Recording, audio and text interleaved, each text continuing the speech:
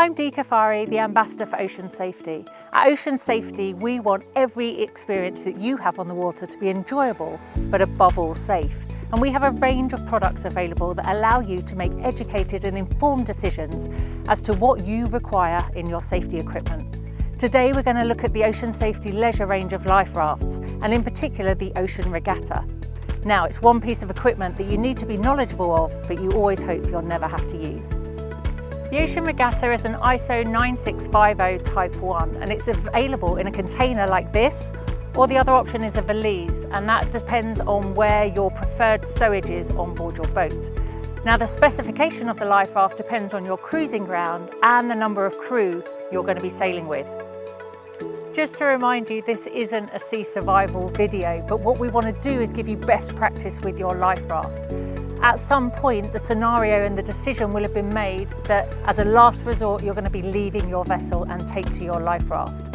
So what happens then is, with the painter already attached to your boat, as it should be always, realise that this painter could be around 9 metres in length. You make the decision to cast your life raft into the water and you pull on the painter to its full extent, and you'll feel some resistance, and then the raft will deploy.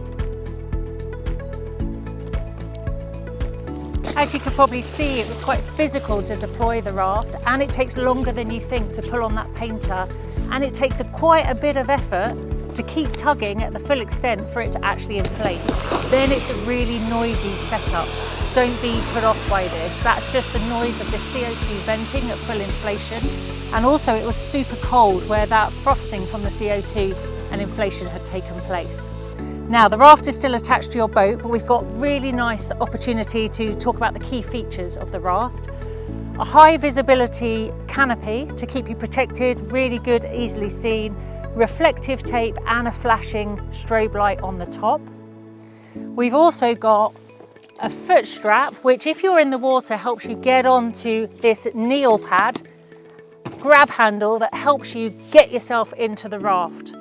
We've also got our lifelines all the way around. This is a 4-man raft, and it's really important that you spread out the number of people in your raft to keep it as balanced as possible.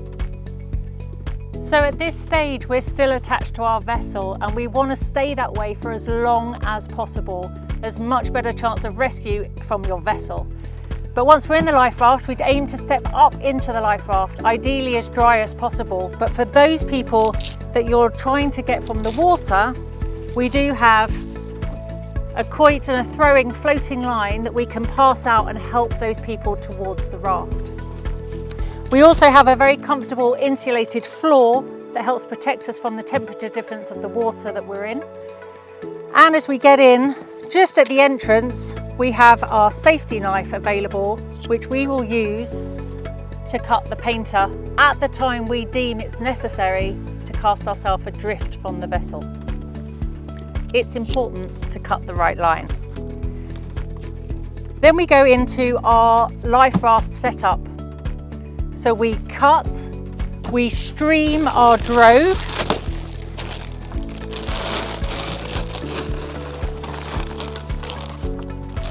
and this allows us to turn to the waves so that we're not having the waves pile into the boat.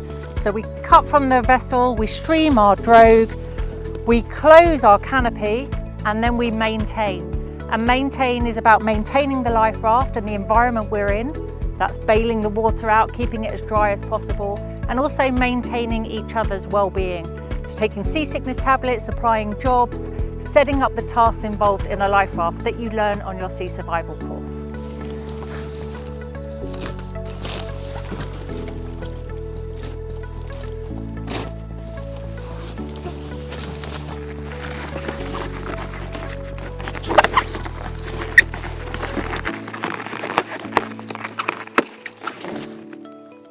So some of the key points inside your life raft, the main one being this item here, which is the observation window. It allows you to open up and take a look outside, so you can keep an eye without opening the hatch and letting water into the raft. We also have the ability to capture rainwater, so it slides down the raft into a receptacle here that fills up this bag, and allows us to have access to fresh water, key for survival.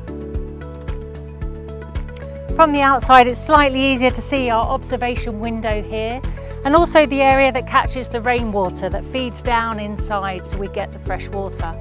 There's lifelines all the way around the raft, and also below we've got these pockets that allow to help us with the stability of the raft. The Regatta raft comes with either a less than 24-hour pack or a Solus B pack. And the raft needs a service every 3 years and carries a 12-year warranty.